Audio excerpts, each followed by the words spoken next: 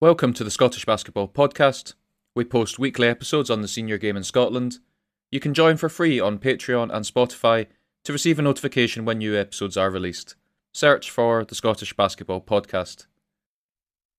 In this episode of Scots Around the World, I chat to Ben Leitch about playing for Marseille in this season's French Elite Wheelchair League. Ben is a professional wheelchair basketball player from Perth. He has represented Scotland and Great Britain at international level, played professionally for FC Barcelona in the Spanish Second Division and Joventut Badalona in Spain's top flight league, as well as for a number of leading Scottish sides, including the Lothian Phoenix. Delighted to welcome Ben to the podcast. Hi, Ben. How are you doing? I'm all right. How are you? Good, thanks. How are you, and how do you feel about the season so far? Yeah, good. I mean, it's been a bit of an up and down season so far, but I think for me it was a good sort of. It's been a good season so far in terms of just getting back to sort of playing at this level and training at this level and stuff like that. How did you end up in Marseille for the season, and what was pre-season like? So with the club I played for in Scotland, Lothian Phoenix, we entered Euro Cup, which kind of put us in an interesting boat with some clubs and stuff. And when we were there, one of the teams that we played was Marseille. And it just so happened that they were looking for players as we were there. The president of the club was kind of asking me to join, try to keep my options open always. But then, eventually come down to it, it meant that I could bring some of the players that I knew from back home. So right now there's two players that are here with me from, coming from Britain. So that was good. But that's essentially how I ended up in Marseille. Just for reference, what's the level of competition in France like in the Elite National League, and how does it compare to maybe some of the Scottish teams you played for, or even like the BWB Premier League? Yeah, I mean, I would say like any European league, you're talking Germany, you're talking Italy, you're talking Spain. They're probably the top three in terms of how physical they are, the type of opponents you're getting, the sort of caliber of player that are in those leagues.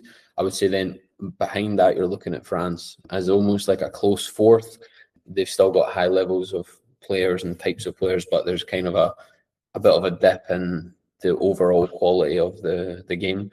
Having played in Spain before, I can kind of attest to the different sort of physicality and stuff that way. And then I would say like the British League is another step down from that, if not a couple of steps down from that, just because of the way that teams are sort of run in Britain in comparison to sort of Spain and all those other countries that even here, when you're back home, you don't get paid for it.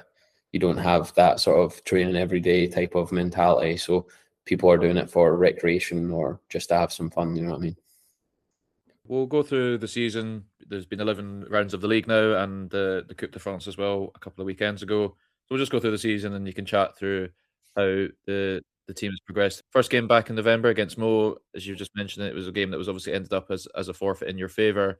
At the time, it was a close 7-point loss. I think it was 56-49. Maybe just chat through the level of opposition and early season, where the team was at, and what was going well and what still needed some work.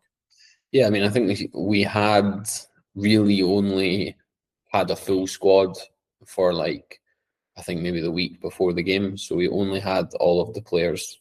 Well, I say that, but we were actually still missing a player. So we had pretty much a whole squad for that game, but we'd only really been together maybe a week. So that obviously had impacts, on training because people were arriving at different times. We hadn't played together and all that kind of stuff. So I think for a first game without really having any preseason, to be honest, it was actually an okay game, a game that we probably should have won with the sort of caliber of team that we have. But like I said, we hadn't really been together for all that long. So I think that definitely had an impact on us. And then I think going into the game itself, I think there was things that we did well, but again, when you don't know your teammates, it's quite difficult to sort of come out and work together to try and get those wins. In the next couple of games against Hier and Le Canet, I suppose two teams which we now know as two of the top teams in the league. A couple of heavy defeats early on in terms of quality of execution, in terms of the sets that you guys and they were running. What's the difference in class between yourself and those teams, especially early on in the season? Yeah, I mean, I think you can tell how well drilled those teams are. I think you can tell how much time they've also spent together. For Hier and Le Canet, they're they're definitely two of the top teams in the league. And then we'll talk about Chalon and Le Puy when we get there, but they're also another top two team. So I think it was a difficult stretch of games for us to kind of try and build any momentum for the squad, and that's kind of just how the season sort of worked out in a way. But I think through those games we played here, and we're still missing a player, and then finally that player arrived for the Lake Annie game, so we had a little bit more to offer. And all those teams play, the top four teams in the league, they play such a physical game in contrast to potentially what I said earlier about France not being a massively physical league. But you can just tell how well drilled they are and how long they've spent together as a squad. As you mentioned there, Le Puy and Chalon sort of making up the top four teams in 4 of your first 5 fixtures. You chatted there about like the physicality of those teams. For people who maybe know a little bit less about wheelchair basketball, like how does physicality play a part of that game? And I suppose how can they emphasize their advantage in that department? And how does it change how you play your game? Yeah, I mean, I think in basketball in general is always conceived as like a non-contact sport, and that's sort of like a wildly misconception about it. You're getting hit, you're getting stopped, and it's body on body, or in wheelchair basketball it's chair on chair. So I think a lot of the styling in which they make contact is a lot more aggressive in terms of where they stop you, how they stop you. You can always get away with little things as well. So whether it's in wheelchair basketball, you're not supposed to use your foot plate, and teams can get away with that, but that's game by game it can change. But yeah, I just think the sort of level of aggression that they play, I would say like the style in which they play with in terms of that defensive intensity is probably things that take those top four teams and make them the top four teams. We get your first proper win of the season just before Christmas against Leo away. Comfortable win, 74-46. Putting up 18 points yourself, 6 rebounds, 7 assists. What was feeling good about your own game that day? What do you think was it just a more appropriate level opponent that allowed you to get the win in that game? Or do you feel like by that point you'd made some adjustments in how the team was building up its plays and how the team was executing that, helped get that first win? Yeah, I mean, definitely, I think for myself anyways, I think it was probably the team, maybe more so from a team standpoint. I think we were starting to like trust in each other and gel together, even over the last couple of games when we played like Le Puy and Chalon. We kind of started to build up a little bit more of a rapport with each other, and that's going to happen over time. But then I think we had a bit of a sort of, we knew they were actually competing a bit better than us in the league with those top four teams. And we knew it was going to be one of those games that we had to kind of stick it to them. So I think that's something that we came out early doors with.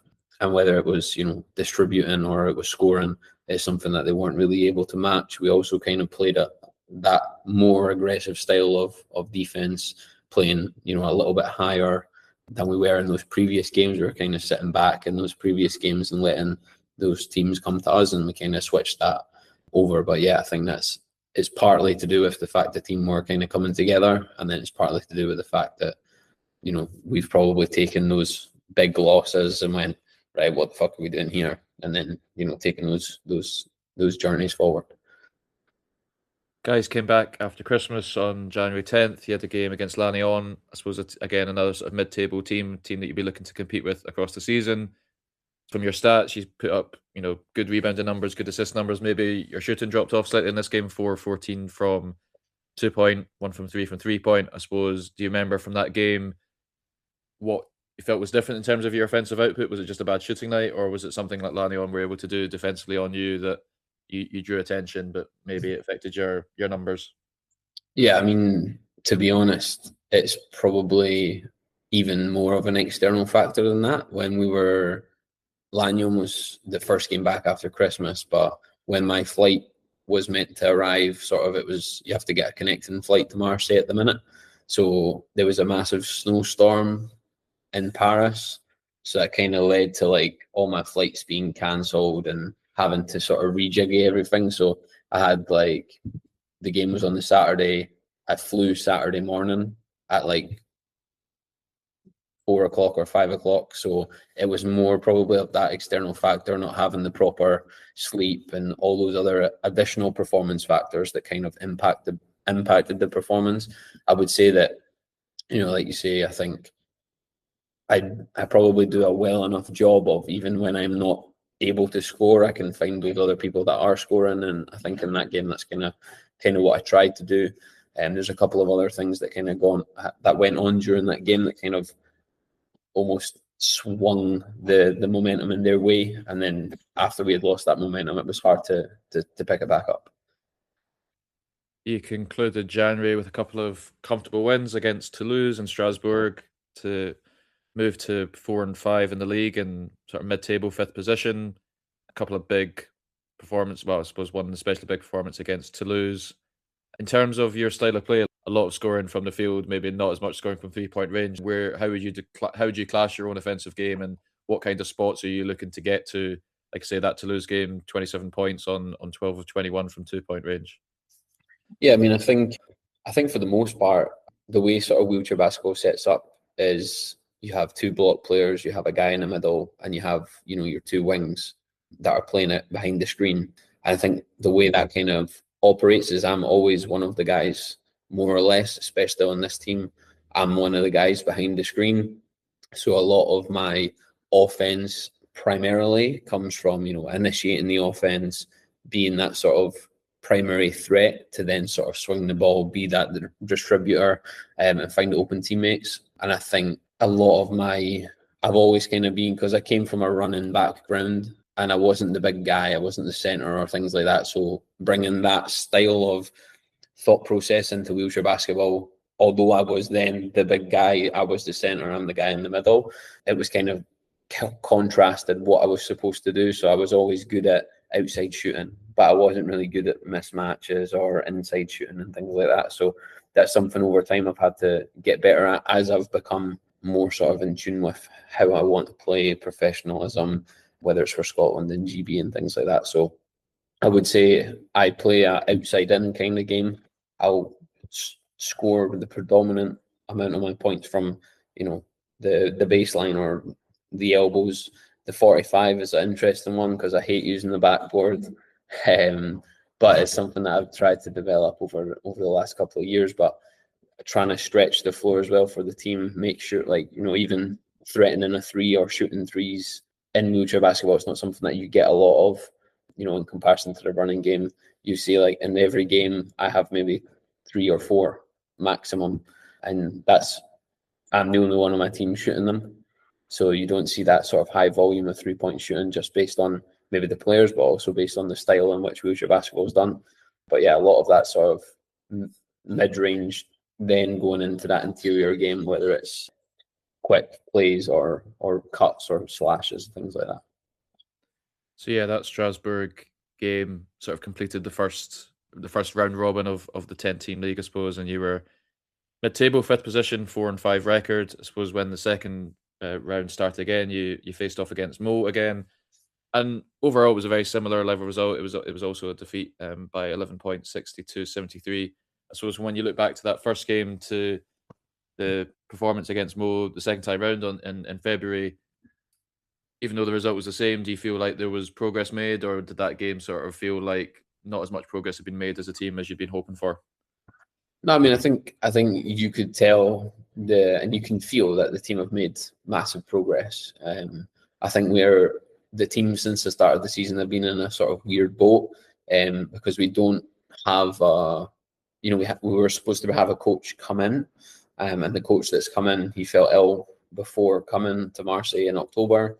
So we never had a coach, and then we've still not really had someone that's going to implement or sort of take the reins a little bit in terms of how we train and what we train. So just before Christmas, I kind of took those reins and said, look, right, we need to do this, do that, whether it's working on our defense or our plays or how we work together. And I think you could see from Christmas even up until now, but up until that Mo game, you could definitely see the massive improvement in the squad in terms of how we were playing, how we were operating together. I think it was one of those things in that Mo game that was almost again, that sort of same thing that happened in the Lanyon game, whereas you see that momentum shift, and we then were trying to fight against everything to try and get that momentum back, and it just never happened. There was a break in league play for the Coupe de France weekend. I suppose you had the quarter-final against one of the top teams in Chalon. Ultimately quite a close game, but ended in defeat 65-55. Maybe just chats through that whole weekend, and in terms of that Chalon game, like, was it there for the taking, or was a 10-point defeat as close as you think the guys could have got? No, I mean, I think that game was for sure there for the taking. I think everyone on the squad had more or less come with the, we know there's people that don't want to be here. We know that they're going to think this will be easy, and like let's bring it to them. There's circumstances again, probably out with things that us as a squad could control that had an impact on the end result of the game. But we were, going into the sort of last, I don't know, 8 minutes or something, and it was a 2-point game.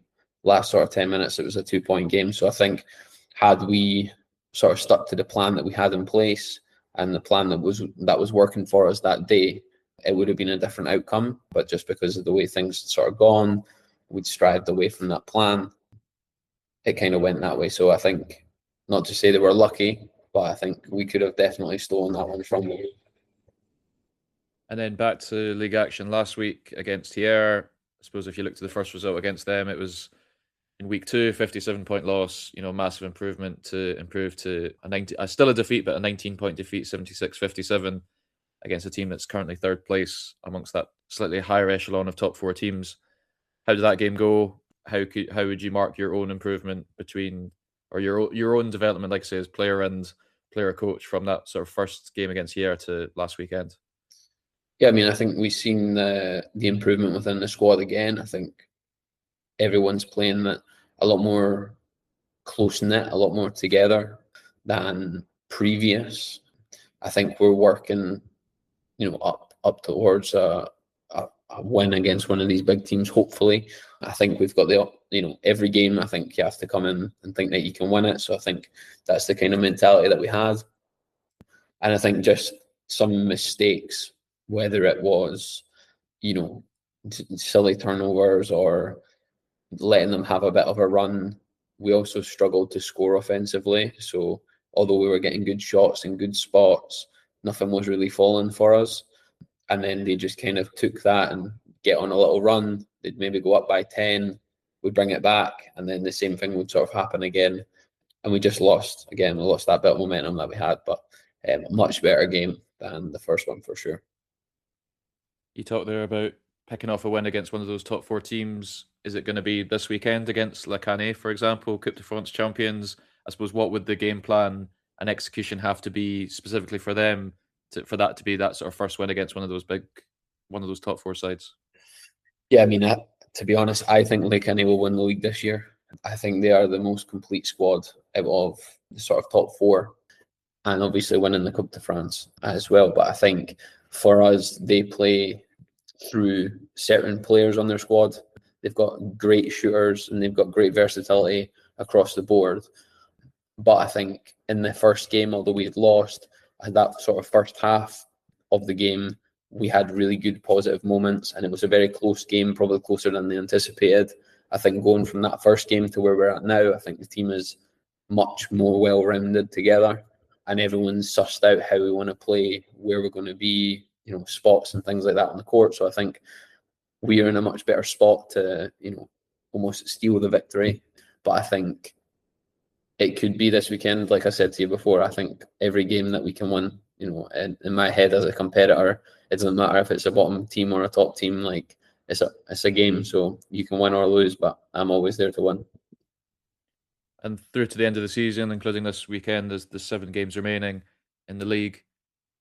What are the goals for the team? Like, what success look like, and what's the difference in your sort of performance-based goals versus your results-based goals and targets, I should say? Yeah, I mean, I think the rest of the season we're currently in a playoff spot, so obviously keeping that playoff spot as we continue to push forward into the sort of end of the season. And yeah, I think having the sort of momentum we have, if the table goes the right way, you never know what can happen in that playoffs. A 2-game playoff, I believe. So, it's winner takes all, really. So it's about getting there first, continuing to push things forward with the squad, and then getting into that sort of playoffs. For me personally, a big goal of mine for the season is the Commonwealth Games, obviously.